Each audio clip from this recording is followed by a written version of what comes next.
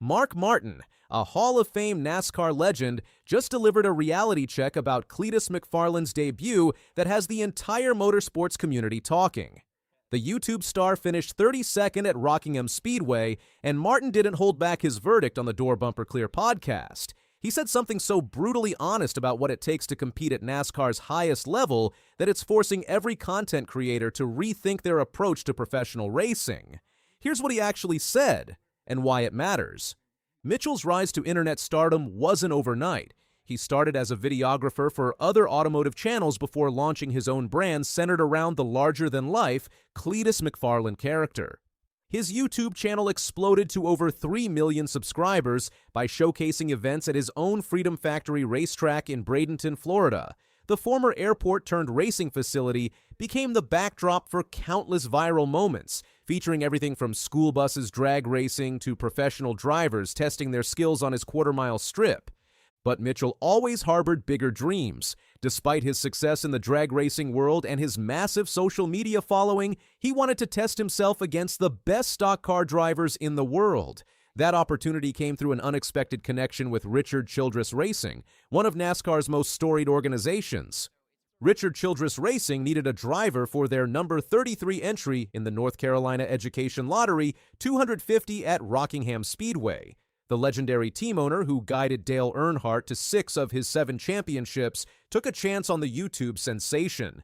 The announcement sent shockwaves through both the NASCAR community and McFarland's massive fan base. Here was a content creator with zero professional stock car experience getting a seat with one of the sport's premier organizations. The racing establishment was skeptical, but millions of young fans were suddenly interested in NASCAR. McFarland approached the opportunity with characteristic honesty. He admitted from the beginning that he was stepping into uncharted territory. Unlike other celebrity drivers who often downplay the challenge, Mitchell was refreshingly candid about being in over his head. The preparation process was intense.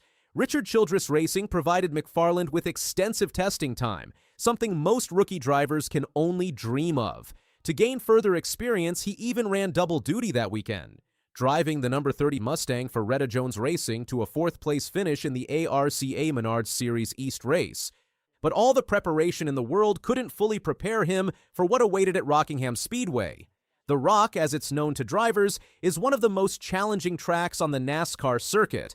Race day arrived with massive attention focused on McFarland's performance. His YouTube audience tuned into NASCAR coverage in numbers the sport rarely sees from younger demographics. The crossover appeal was exactly what NASCAR executives had hoped for when they embraced the digital content revolution. The race itself told a story of ambition meeting reality in the most public way possible. McFarland started the event with confidence, running competitive lap times during practice and qualifying respectably for his first stock car race. But confidence evaporated quickly once the green flag waved. An early spin sent McFarland sliding across the Rockingham asphalt, destroying a set of tires and his composure in the process.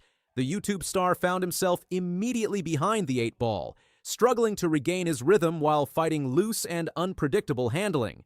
For the next 50 laps, McFarland battled both his car and his own inexperience. The North Carolina track showed no mercy to the rookie, demanding a level of car control and racecraft that even veteran drivers struggle to master. Around lap 50, McFarland finally started finding his groove. The car began responding to his inputs, and for a brief moment, it looked like he might salvage a respectable finish from a disastrous start. Another mistake sent him spinning again, this time destroying his only remaining fresh set of tires. Forced to mount his original tires for the remainder of the race, McFarland shifted into pure survival mode. The final 100 laps became an exercise in damage control. McFarland focused solely on bringing the Richard Childress Racing Chevrolet home in one piece, avoiding the kind of spectacular crash that would generate headlines for all the wrong reasons. When the checkered flag finally waved, McFarland crossed the finish line in 32nd place, 6 laps down. It wasn't the fairy tale debut his millions of fans had hoped for, but despite multiple spins, he accomplished his primary goal of keeping the car clean enough to finish without destroying equipment. The NASCAR community's reaction was mixed. Some praised his honesty and effort, while others questioned whether YouTube celebrities belonged in professional racing's premier series. Mark Martin, the Hall of Fame driver who won 40 Cup Series races and finished second in the championship standings 5 times, was brutally honest during his podcast appearance. Martin's assessment carried the weight of someone who spent decades competing against NASCAR's absolute best. "The best thing about Cleetus is interviews," Martin said, delivering what many interpreted as a backhanded compliment wrapped in dry humor.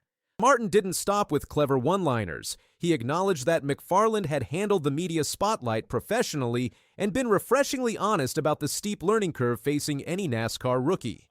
That honesty, Martin suggested, was perhaps McFarland's greatest strength. However, Martin's analysis of the on-track performance was far less generous.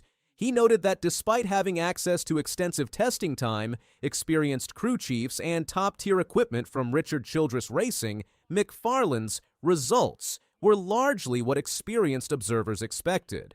The Hall of Famer emphasized the unique challenges presented by Rockingham Speedway, calling it far more demanding than restrictor plate tracks like Daytona or Talladega.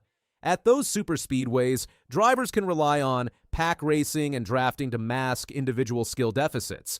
Rockingham offers no such refuge. Martin did offer one significant compliment regarding McFarland's car control. He pointed out that while the YouTube star got sideways multiple times throughout the race, he managed to save the car in situations where many drivers would have crashed. That demonstrated clear natural driving ability that can't be taught. Martin's opinion carried weight that casual observers and internet commenters simply couldn't match. McFarland's response to the criticism showed the maturity that had endeared him to NASCAR executives in the first place. Rather than getting defensive or making excuses, he owned his performance completely. In his post-race interview, McFarland was characteristically candid about both his struggles and the criticism they generated. Content creators like McFarland represent a potential bridge to millions of young automotive enthusiasts who follow racing online but rarely watch traditional NASCAR broadcasts. Mark Martin's harsh critique actually reinforced NASCAR's legitimacy, demonstrating that competitive standards remain uncompromised regardless of social media following.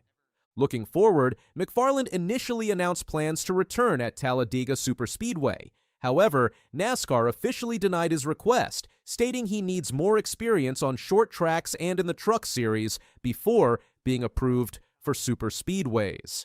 Ultimately, Martin's honest assessment serves as both motivation and a reality check for content creators transitioning to professional competition. Whether Cleetus becomes a legitimate competitor or remains an enthusiastic amateur, his willingness to acknowledge his limitations has earned respect. The future will reveal if YouTube stardom translates into NASCAR success, but one thing is certain: Cleetus McFarland brought millions of new eyes to stock car racing, which may prove more valuable than any on-track achievement.